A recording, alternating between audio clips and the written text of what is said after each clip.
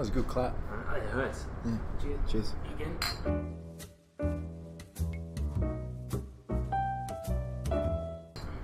Good luck. Well, package deal, King. Alright. What is happening, my fellow geeks and geekettes? Welcome to Geeks and Geekettes. This is the pilot / first episode of our podcast. I am joined by the brains of this organization, Rui. Hello, mate. What's happening? Mate, how did you... He came up with a concept for a podcast, and I never would have thought of doing a podcast ever, but it seems to me that podcasts are so mainstream now, but in the best way possible. It's something you can put on when you're working. Say, if I'm in the workshop, I put a podcast on.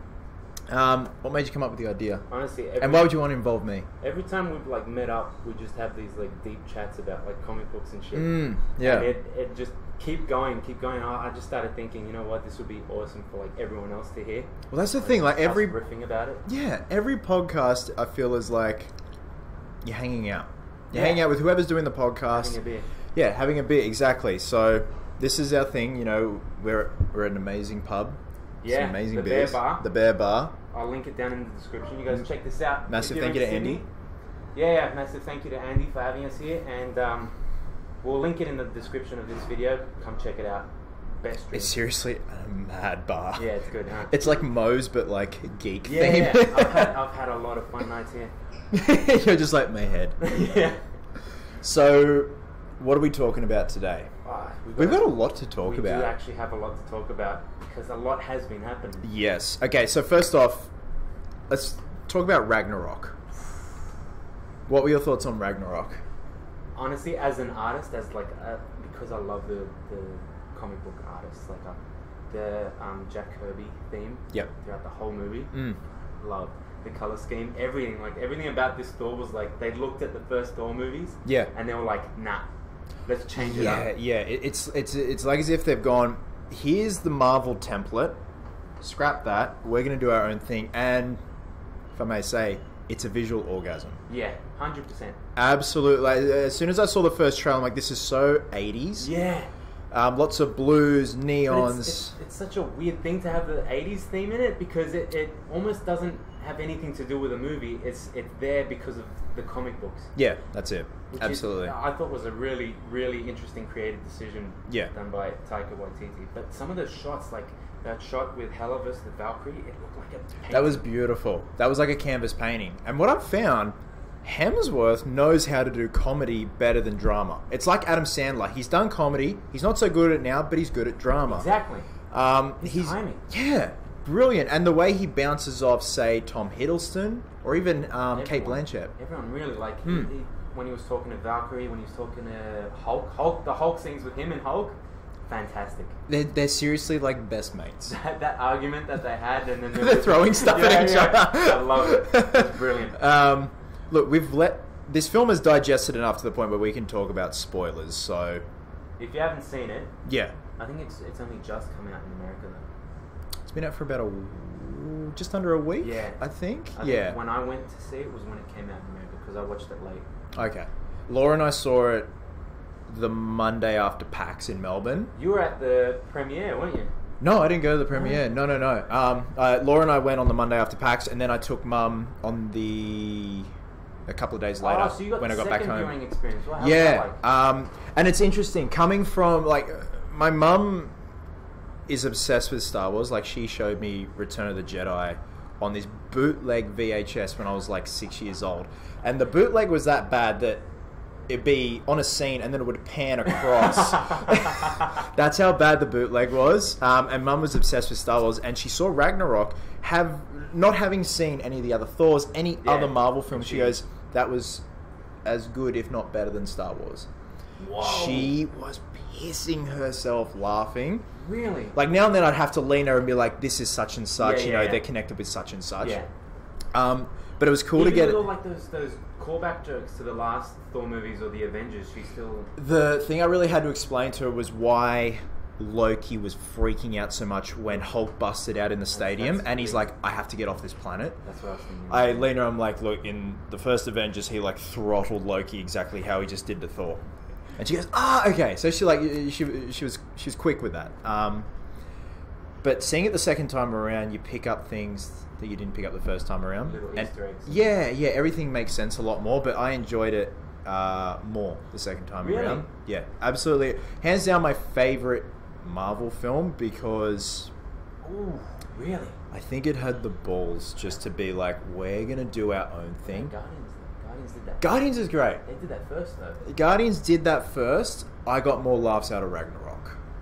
Yeah. Well, I think it was they threw a lot of Australian humour, I found. Yeah, absolutely. And like the fact that it's Taika Waititi? Yeah. Waititi. Waititi. Okay, Yeah. I want to do his name justice because brilliant director, and Yeah. the fact that he was in the film As Korg. I'm like, I love it. Hey man, you want to get in Yeah, our ship? Oh, another day, another Doug. Like that was brilliant. He's like, see you later, new Doug. I didn't realize until after I watched the film, like, because I just IMDb the shit out of every movie that I see. I'm like, oh my god, that's the director. He's a very funny man. Yeah. Very, very funny man. I've watched What We Do in the Shadows. I haven't seen that yet. Behind the Shadows, I forgot what it's called. Is that the one with Johnny Depp? No, it's the one with it's just like a documentary set in New Zealand about these 3 vampires. Right, okay. He's one of the vampires, and Jermaine Clement is another vampire. You know Jermaine Clement? Yeah. Yeah. Great movie. Like, so fun. I need to see his other work now. Yeah. Because Ragnarok's the first time I've seen him. Like his Ragnarok has that. He has a lot of that quirkiness to his films, but Ragnarok kind of tones it down because of how Marvel works. Like, obviously, you've got the executives coming in. You got to show them that it's still a Marvel movie, but also add the quirkiness. Whereas his other movies are just full quirk. You know? Yeah. There's a line that I still use to this day, because there's werewolves in Who We Are in the Shadows, and one of them swears and he goes, "Hey, what do we don't swear. We're not swearwolves." We're werewolves, not swearwolves. I think that's the line. That's the best dad joke I've ever heard. The movie's full of it.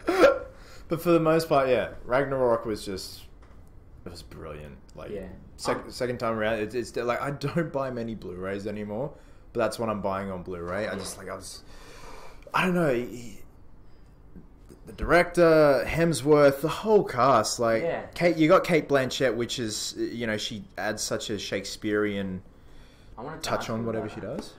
I have one gripe with the movie, and it's that the hella scenes don't feel part of... No, and that's absolutely right. Like, everything's happening, with the Grand Master and Hulk and Thor, and then it cuts back to Asgard, and you're like, oh yeah, that's right, this is happening. Yeah. And I feel like the scenes in Sakaar, they're Taika Waititi, and then the scenes with Hela on Asgard, that's Marvel. Yes. And I don't think it blended too well until the end. You need to have the conflict, that villain, so that's why they obviously have to cut back. Carl Urban, my God, he was so... He's like... he was full on. I got these from Texas. Those scenes, like the first scene was great. He's like, behold, my stuff. Like, oh! Yeah, hands down. Like everyone like gave 110% in that film. So it's, I think Guardians is different in their own right with what they were trying to, or what they did achieve. Yeah. And the good thing is there was no real hype with the first Guardians. No, because everyone was scared. Yeah, they're like, who are these people? Yeah. And I'm like, I've never heard of these guys. Everyone was like, oh, we don't have this isn't a dark Marvel movie. Like, yeah.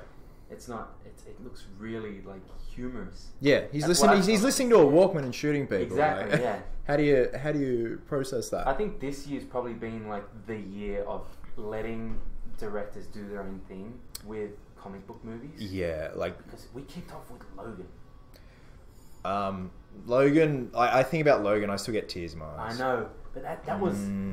That's an example of letting a director do his own thing and create his own story with the characters. Yeah. And I think that's what we're starting to see more. Like, Homecoming was a bit like it had a lot of that. It was a coming of age story with Spider-Man in it. Absolutely. It wasn't a Spider-Man coming of age story. No, that's it. Yeah, and with Homecoming, Tom Holland, I bought into the fact he was a high school kid.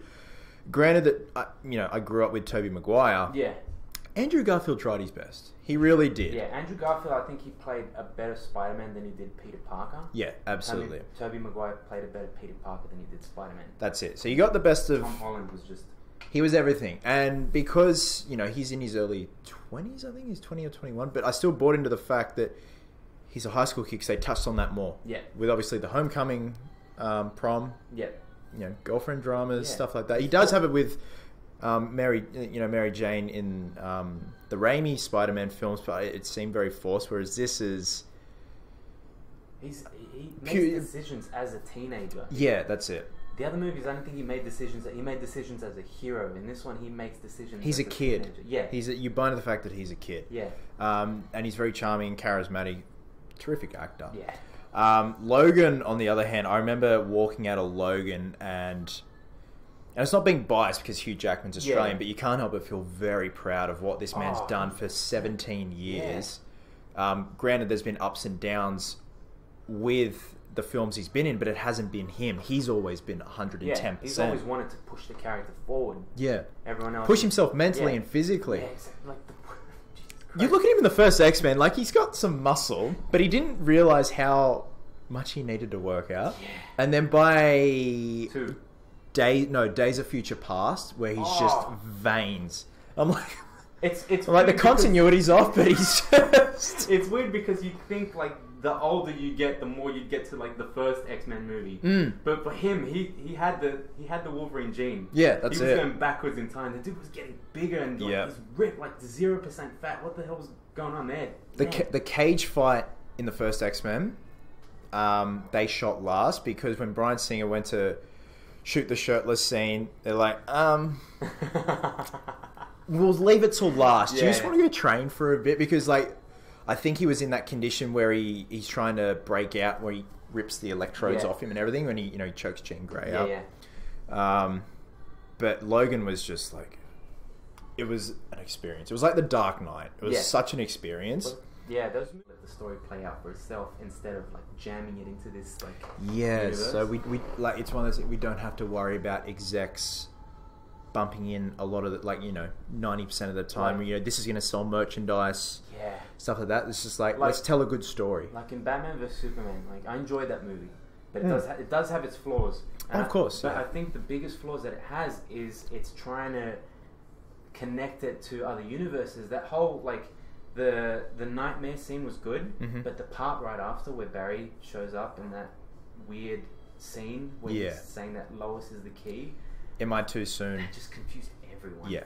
So look, essentially they were trying to stuff 10 pounds of flour into a 5-pound bag. It was just because they're trying to set up this universe for Justice League. Yeah. We're finally seeing it next week. Yeah. With all those cameos at the end of BVS, they were very shoehorned. But at the same time, it was good fan service. Yeah. The extended cut of Dawn of Justice, I think, does justice. Yes. Pun intended. Because we'll get to Justice League. Ben Affleck is my favorite Batman and Bruce Wayne, hands down. Bale and Keaton will always be my childhood. What about George Clooney, Chris? Oh, you mean George Clooney paying George Clooney? It was like George Clooney in a bat suit. Hi, Freeze. I'm Batman. No, you're George Clooney. Get out. Hi, you're George Clooney. Just the fact that... And, when they first announced that Affleck was going to be Batman, everyone's like, oh, no, not Daredevil. I'm like, give the guy a chance. I'm like, I got a good feeling about this. He was the middle for me because I remember they were talking about Josh Brolin playing Batman. Yeah, I'm like, Brolin's great. And then they were talking about Ryan Gosling playing Batman, and I was like, nah. And then Batfleck, does he like that term, Batfleck? Apparently, he doesn't think about it, but I love the term Batfleck. So Batfleck was he's the middle ground, and I was like, this could work. Yeah. Because I saw his movies like The Town and... He was great in The Town. And Argo. Yeah. Oh my god. And he did Gone Girl and... See, the funny thing is, with the extended cut, made me appreciate him more as Bruce Wayne, because in that extended cut, when he wakes up from the nightmare of the Bat Demon grabbing him at his parents' tomb sites, and he wakes up and there's a random chick next to him in bed, he grabs his prescription pills and downs them with red wine. And this is in the morning. I'm like, that is Bruce Wayne. Yeah. And him as Batman, he's just... Obviously, I didn't see enough of him on screen in BVS. Yeah. But it left me just salivating wanting more. Especially after that warehouse scene. Oh my god, the warehouse fight. Look, most of the time it was Richard Citrone, his stunt double. Yeah, yeah. But still, for the character, it still flowed well with what 100%, Affleck was bringing to the table.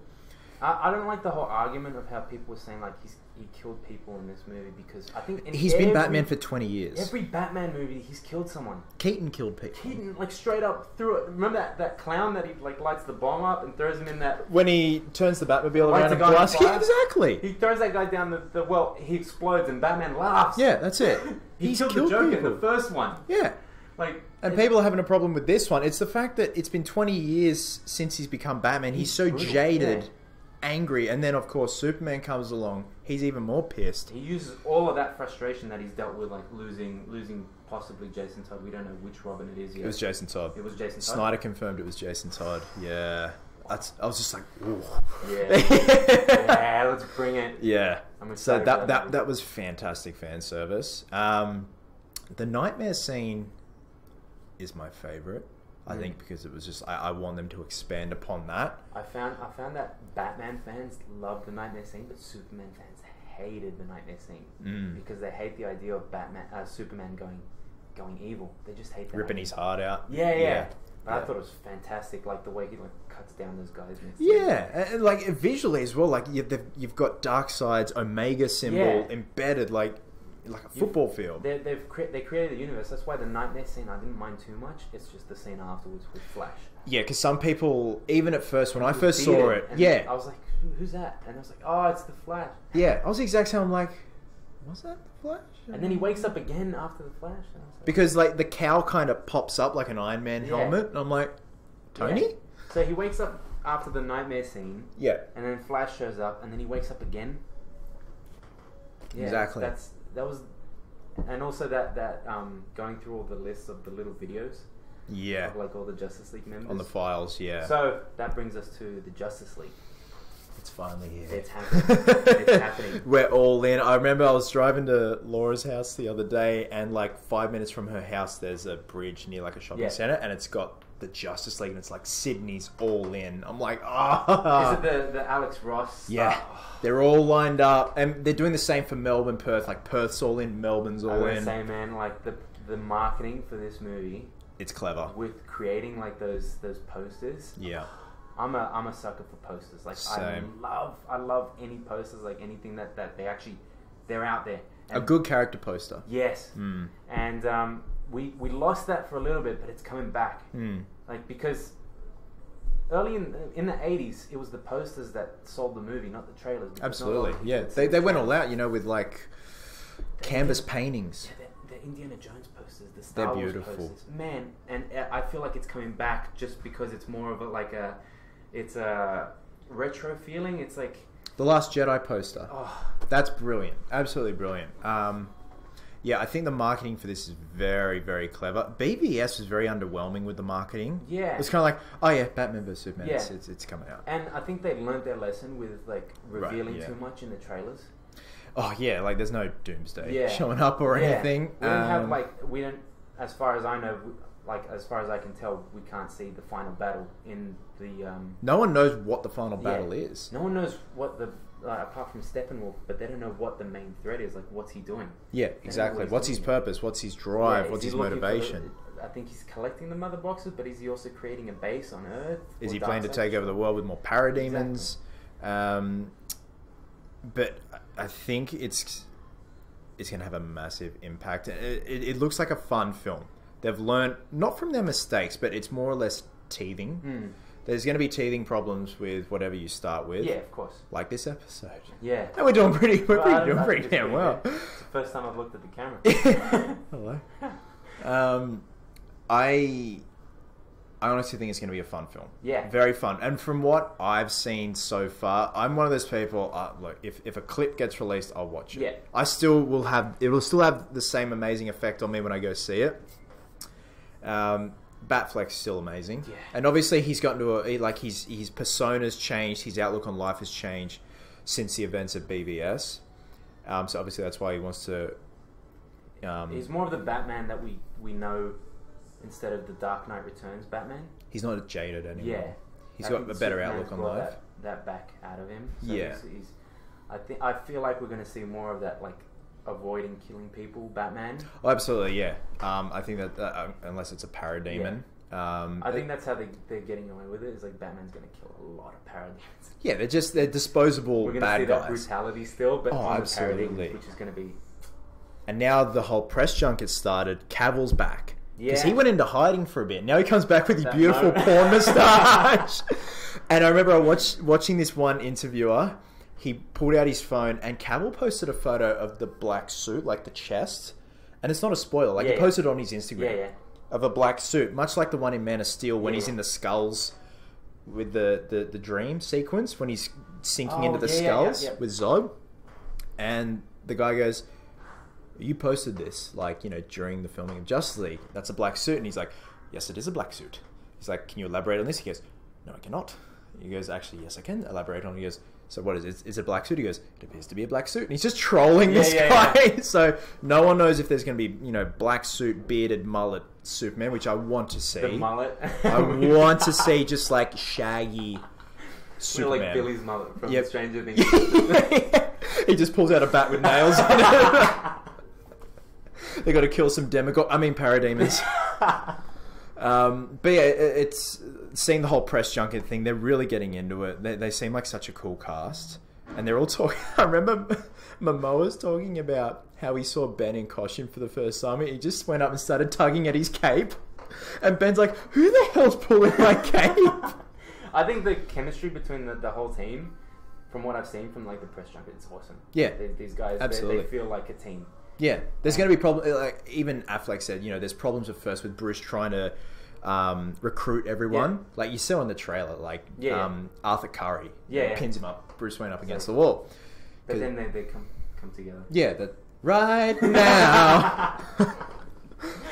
But yeah, I'm psyched for it. I think it's going to be a great film. I think it's going to create a massive shockwave in like the DC universe. I think it's going to try and do what BVS started. Yeah. And it's just going to create like this, like, because now you're going to have the Flash movie, and then you're going to have the second Wonder Woman movie, and then we've got Aquaman end of next year, I think. End of next year, yeah. Is it? Yeah, and then of course the Batman with Matt Reeves. That'll be great. Man, I don't even know like what. Because I can't process the fact of seeing Affleck that long on screen because he's just so perfect to me. Yeah. Like he's just that brawler Batman. But having like a whole movie just like 2 hours, 2.5 hours. Dedicated to him. I don't know if I can handle it. I need like 20 of these before I pass out halfway. But like imagine like what these actors are holding back from us, like what they've seen on set, what they're under contract not to say that we're going to see in this film.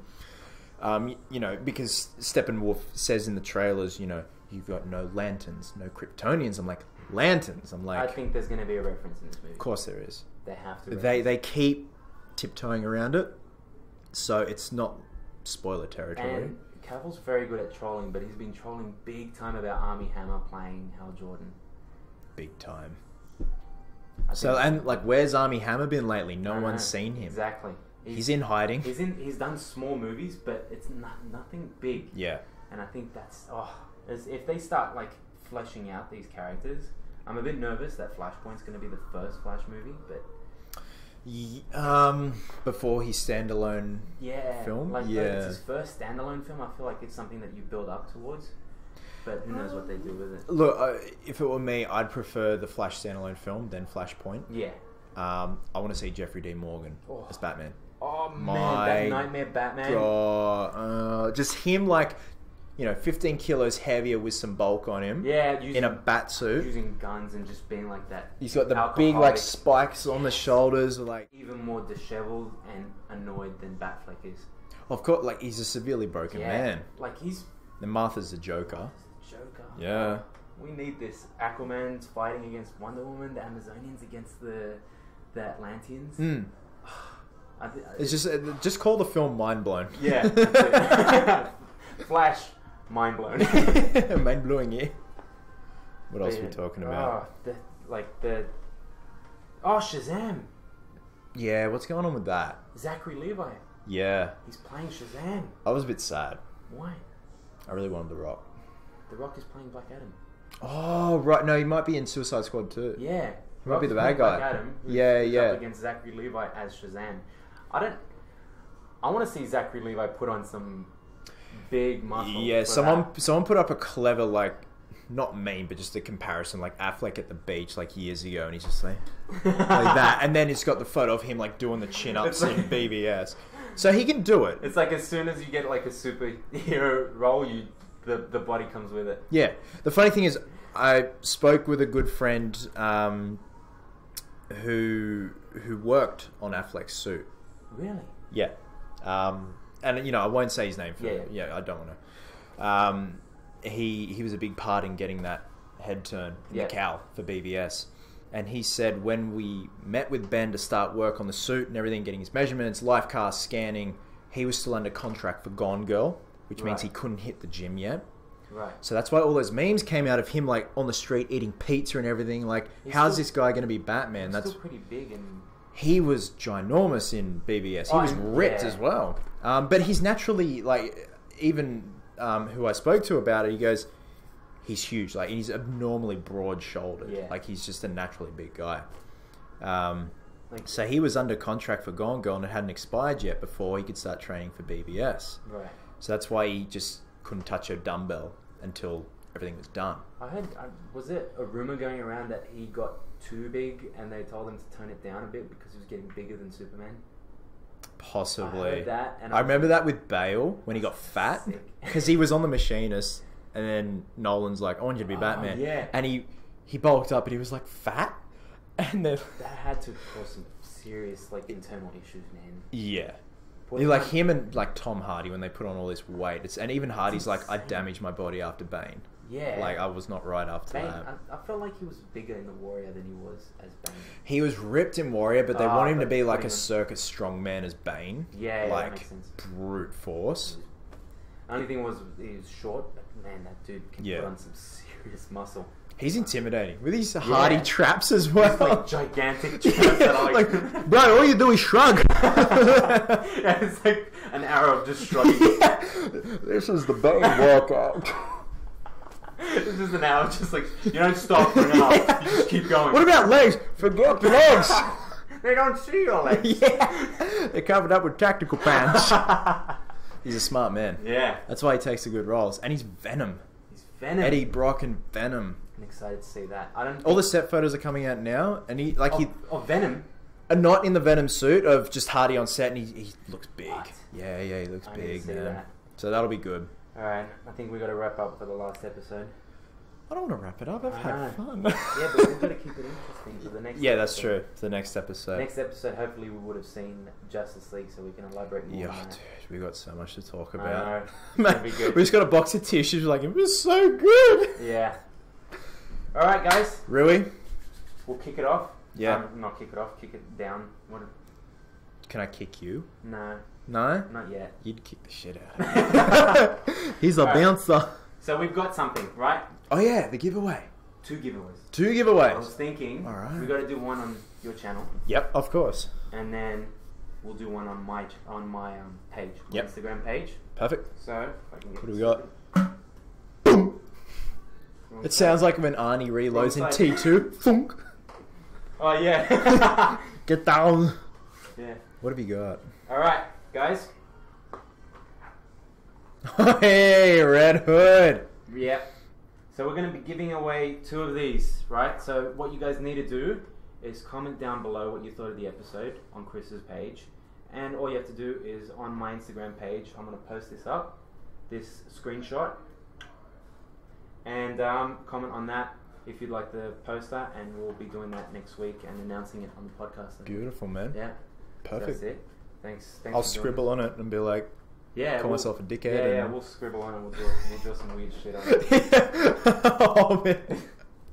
So hopefully you guys enjoyed this. Yeah, I've had a lot of fun doing this. This is going to be the first of many episodes, guys, because obviously, like, there is so much going on in the pop culture world, whether it be, you know, celluloid film, TV shows, comics in general. We want to touch on that. We want to talk about that, and we want this to be a lot like it's just us having beers with you guys, or we want to bring other people.